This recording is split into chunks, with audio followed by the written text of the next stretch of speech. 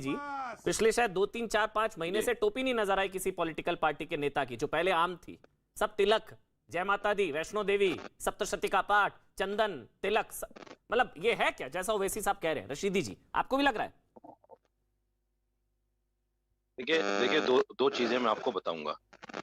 एक चीज तो ये है कि पिछले 65-70 सालों में कांग्रेस ने मुसलमान को जिस तरह से वोट बैंक बनाकर उसको दलदल में फंसाया है। सच्चर कमेटी की रिपोर्ट इस बात की शाहिद है कि मुसलमान को जितना नुकसान कांग्रेस ने पहुंचाया किसी पार्टी ने नहीं पहुंचाया। और कांग्रेस के टाइम में जितने दंगे हुए, शायद कभी इतने दंगे हुए मुझे कहने में कोई गुरेज नहीं है। हमेशा कांग्रेस ने हमें आस्तीन का सांप बनकर डसा है और डसती रही है। और हमारी हालत ये हो गई कि इस्लामिक आतंकवाद और हिंदू आतंकवाद की ये जो शब्द आए हैं, ये कांग्रेस के टाइम में ही आए हैं। दूसरी बात, आप देखिए बाबरी मस्जिद को जिस तरह से कांग्रेस ने वहां तक पहुंचाया है, जहां उसका श्रेय बीजेपी लेकर चले गई, ये भी कांग्रेस की ही देन है, इसमें कोई दो राय नहीं। लेकिन भाई साहब, मैं किसी के बीच में नहीं बोला, पता है। मुझे कम से कम 1 मिनट बोलने दीजिए। मैं दूसरी बात एक और कहना चाहता हूं, लेकिन उसके बिलमुकाबिल 2014 के बाद का जो वक्त है, उसको भी थोड़ा सा हमें कहीं ना कहीं समझना पड़ेगा ईमानदारी के साथ। अगर मुसलमान को यह कह दिया जाता है कि मुसलमान के दो स्थान कब्रिस्तान या पाकिस्तान, या रामजादे और हरामजादे, या मुसलमान को यह कहा जाता है कि हिंदुस्तान में रहना है तो जय श्री राम कहना है, और श्री राम के नाम जय श्री राम का नारा लगाकर मुसलमानों की लिंचिंग कर दी जाती है, गाय के नाम पर मुसलमानों को मार दिया जाता है, तो कहीं ना कहीं आईसिस से उसको जोड़ा जाएगा। इसलिए जोड़ा जाएगा कि आईसिस ने भी अल्लाह अकबर का नारा लगाकर लोगों के गले काटे। वो आईसिस जिसको मुसलमान के साथ जोड़ा जाता है, हालांकि आईसिस मुझे तो याद है जय श्री राम का नारा लगाने की वजह से रिंकू को मार दिया गया था। आप सुन लीजिए मेरी बात। फिर मैं क्या अब इस्लामिक आतंकवाद कहूं तो आपको बुरा लगेगा? मैं इस्लाम की ISIS से तुलना करूं तो आपको बुरा लगेगा? नहीं करनी चाहिए। जय श्री राम का नारा लगाने की वजह से रिंकू का कत्ल हो गया था, गलत है। आप अगर धर्म को आतंकवाद से जोड़ेंगे तो फिर मैं भी जोड़ूंगा। मैं तो फिर बता दूंगा, धर्म पूछ पूछ कर ID कार्ड देख देख कर चेक करके मारा गया था कि हिंदू है तो उसको मारा गया था। अभी क्या हुआ है जो कश्मीर में हो रहा है, धर्म देख देख कर मारा गया था। यहां पर जय श्री राम का नारा लगाने की वजह से रिंकू का कत्ल कर दिया गया था। कमलेश तिवारी के साथ क्या हुआ था? फिर उस तरफ मत जाइए, वरना मैं इस्लाम को ISIS से जोड़ूंगा तो आपको बुरा लगेगा। भाई साहब जी जी, अरे जोड़िए आप। जी नहीं मैं नहीं जोड़ूंगा, इसलिए आप भी मत जोड़िए। सलमान खुर्शीद के बयान से कांग्रेस पार्टी ने भी अपने आप को अलग कर लिया है, आप मत जोड़िए उनके साथ। अमन चोपड़ा जी, आप तो एक सिर्फ एंकर हैं, सारी दुनिया जोड़ रही है इस्लाम को आतंकवाद से। आपके जोड़ने मैं नहीं जोड़ूंगा, नहीं जोड़ूंगा, मैं नहीं जोड़ूंगा।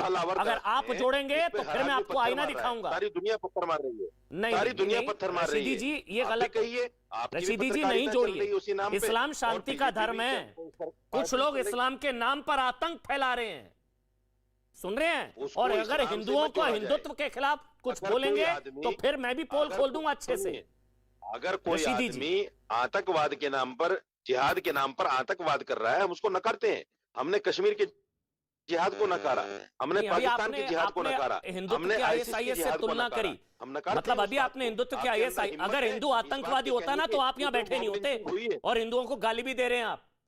अगर हिंदू ISIS होता ना, सुनिए अब रशीदी जी मेरी बात, अगर हिंदू ISIS होता तो आपकी ये कहने की हिम्मत नहीं होती। भाई साहब मैं हिंदू की बात कर रहा हूँ क्या? आपने बोला ना हिंदुत्व, मैंने हिंदू की बात ही नहीं की। आपने बोला ना हिंदुत्व ISIS की तरह लेके जाना चाहते हैं।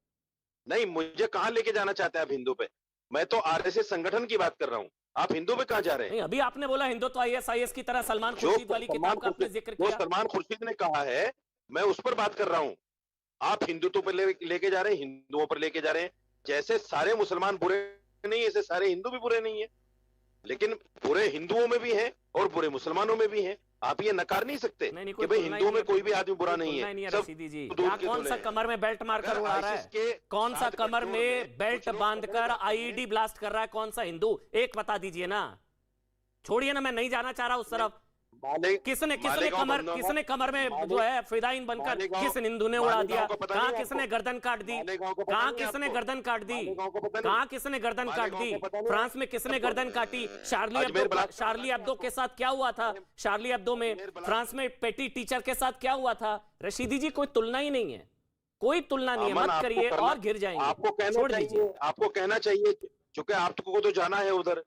लेकिन आप इंसाफ से अगर देखेंगे, आप यहाँ हिंदू और मुसलमान की बात मत कीजिए।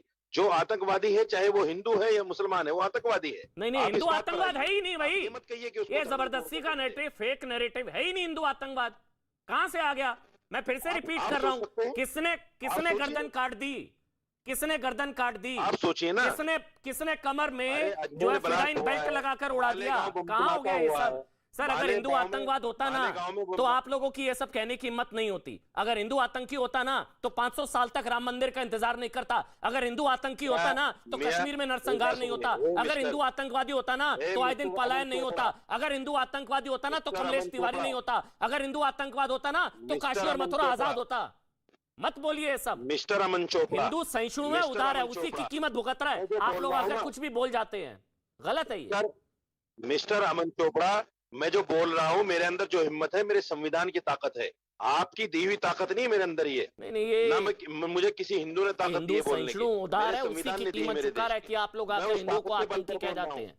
खैर चलिए अमन ठीक है, चोपड़ा, कोई नहीं कोई आप नहीं। मुझे ज्ञान मत बांटिए। जी आप मैं ज्ञान मत बांटिए। बांटूंगा सर। और सत्यार्थ प्रकाश पढ़ अगर आप लीजिए। हिंदू आतंकवाद कहेंगे तो फिर मैं ज्ञान बांटूंगा। आपको खुद पता चल जाएगा। हिंदू आतंकवाद कहेंगे तो मैं ज्ञान बांटूंगा। आपको खुद हिंदू पता चल आतंकवाद जाएगा। नहीं सुनूंगा मैं। आप अगर हिंदू सत्यार्थ आतंकवाद नहीं प्रकाश सुनूंगा। पढ़ लेंगे, साजिद आप रशीदी, हिम्मत मत करिएगा साहब, हिंदू आतंकवाद अगर कहने की मेरी डिबेट सत्यार्थ में। प्रकाश कहीं और पढ़ जाइए, लेंगे, कहिएगा मेरी आप डिबेट में अगर हिंदू सत्यार्थ आतंकवाद मत प्रकाश कहिएगा पढ़ रशीदी लेंगे, जी, आज के बाद सुनिए, कभी मत कहिएगा। आप अगर सत्यार्थ प्रकाश पढ़ेंगे तो सत्यार्थ प्रकाश पढ़ने के बाद में आप सलमान खुर्शीद की किताब पर बहस नहीं करेंगे।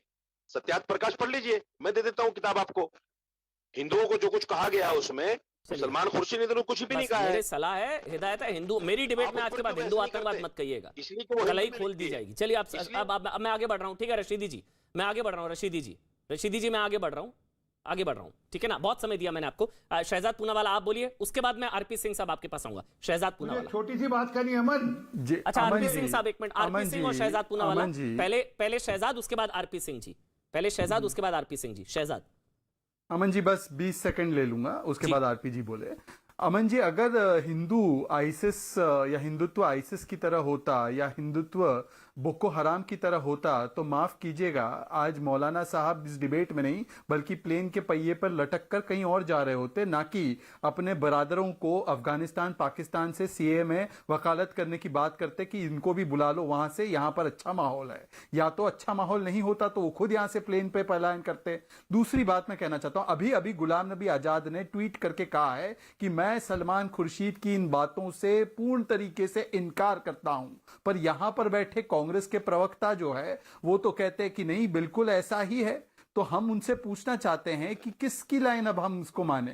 क्या गुलाम नबी आजाद सही बोल रहे हैं या सलमान खुर्शीद सही बोल रहे हैं? देखिए गुलाम नबी आजाद भी क्यों बोल रहे हैं, ये इसलिए बोल रहे हैं क्योंकि वो भी जानते हैं कि अगर इस देश में रहना है तो इस देश में 80% जो बहुसंख्यक समाज, जो सहिष्णु समाज है, जिसकी वजह से लोकतंत्र और सेकुलरिज्म इस देश में कायम है, उसको बार बार वोट बैंक के लिए गाली नहीं दी जा सकती। परंतु दुख की बात यह है कि यहां पर बैठे मौलाना साहब और यहां पर बैठे सलमान साहब, ये दोनों मिलकर बार बार हिंदुओं को गाली देने में ही अपने वोट बैंक की ताली लेना चाहते हैं। आरपी सिंह जी अब आप बोलिए। आरपी सिंह जी, उसके बाद मैं सलमान निजामी जी आपके पास आऊंगा।